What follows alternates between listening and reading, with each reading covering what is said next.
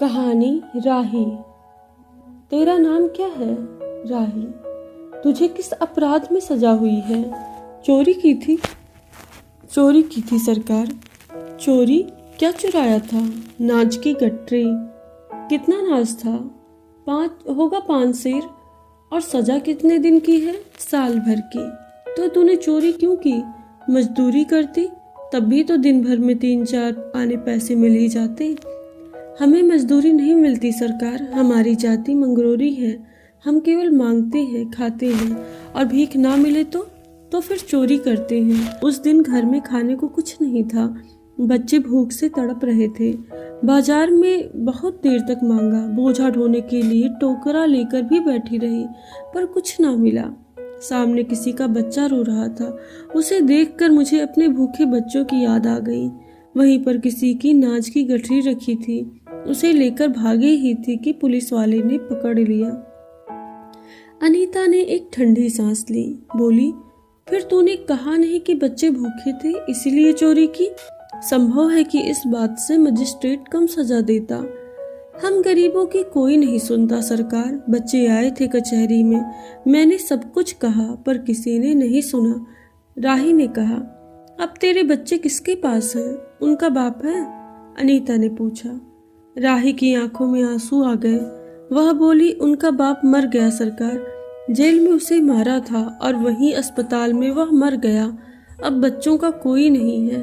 तो तेरे बच्चों का बाप भी जेल में ही मरा? वह क्यों जेल आया था? उसे तो बिना कसूर के ही पकड़ लिया गया था सरकार।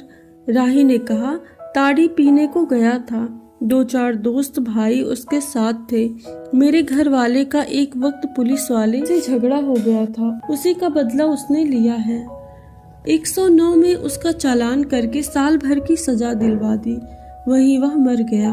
अनीता ने एक दीर्घ निश्वास के साथ कहा, अच्छा जा अपना काम कर। राही चली गई। अनीता सत्याग्रह करके जेल आई थी। पहले उसे B क्लास दिया गया था, फिर उसके घर वालों ने लिखा पढ़ी करके उसे A क्लास दिलवा दिया। अनीता के सामने आज एक प्रश्न था। वह सोच रही थी कि देश की दरिद्रता और इस निरीह गरीबों के कष्टों को दूर करने का कोई उपाय नहीं है। हम सभी परमात्मा की संतान हैं, एक ही देश के निवासी हैं। कम से कम हम सबको खाने पहनने का तो समान अधिकार है ही। फिर यह क्या बात है कि कुछ लोग तो बहुत आराम से रहते हैं और कुछ लोग पेट के अन्न के लिए चोरी करते हैं।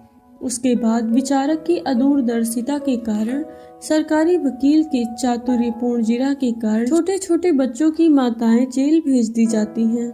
उनके बच्चे भूखों मरने के लिए छोड़ दिए जाते हैं।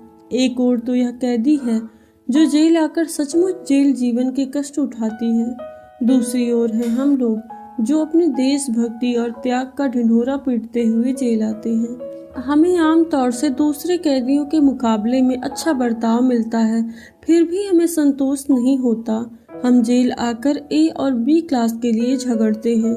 जेल आकर ही हम कौन सा बड़ा त्याग कर देते हैं, कौन सा कष्ट रहता है, सिवाय इसके कि हमारे माथे पर नेतृत्व की सील लग जाता है।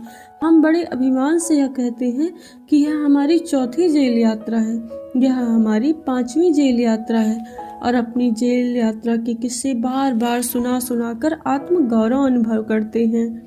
तात्पर्य यह है कि हम जितनी बार जेल जा चुके होते हैं, उतनी ही सीढ़ी हम देशभक्ति और त्याग से दूसरों से ऊपर उठते जाते हैं। इसके बल पर जेल से छूटने के बाद कांग्रेस को राजकीय सत्ता मिलते ही हम मिनिस्टर, स्थानिक संस्थाओं के मेंबर और क्या क्या हो जाते हैं। अनीता सोच रही थी कि कल तक जो खद्दर भी ना पहनते थे, बात बात पर कांग्रेस का मजाक उड़ाते थे, कांग्रेस के हाथों में थोड़ी शक्ति आते ही वे कांग्रेस के भक्त बन गए, खद्दर पहनने लगे, यहाँ तक कि जेल में भी दिखाई पड़ने लगे।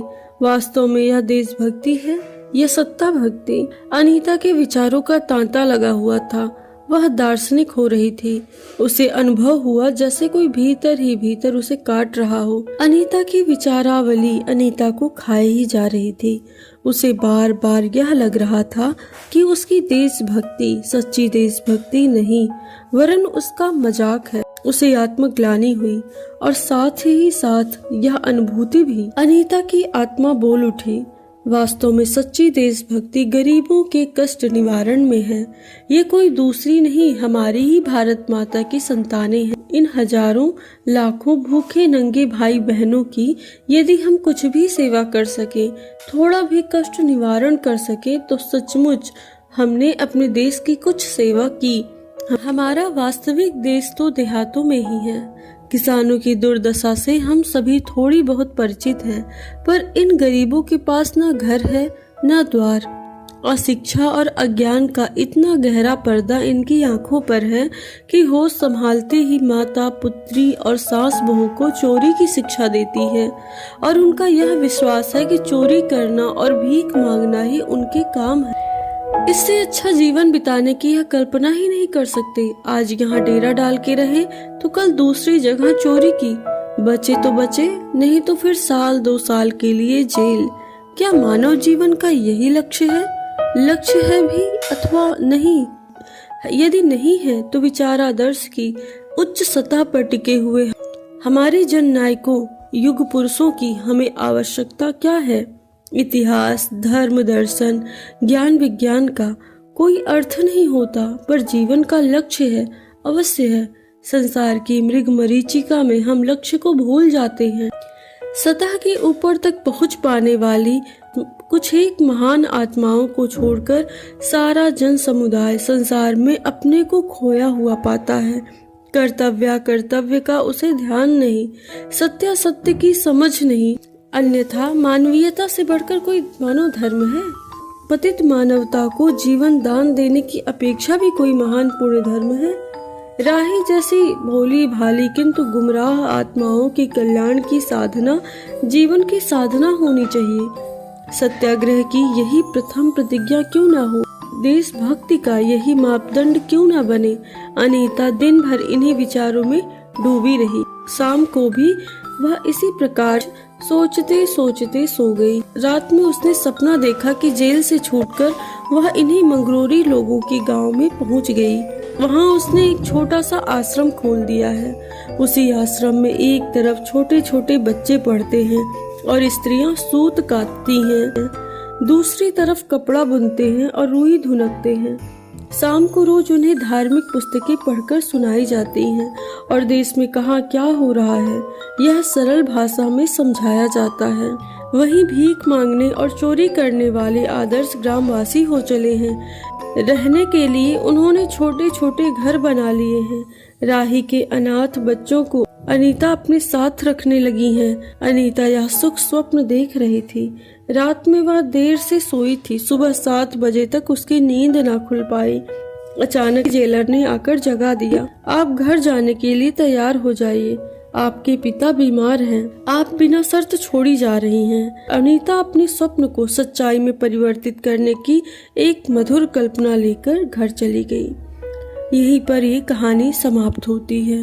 धन्यवाद।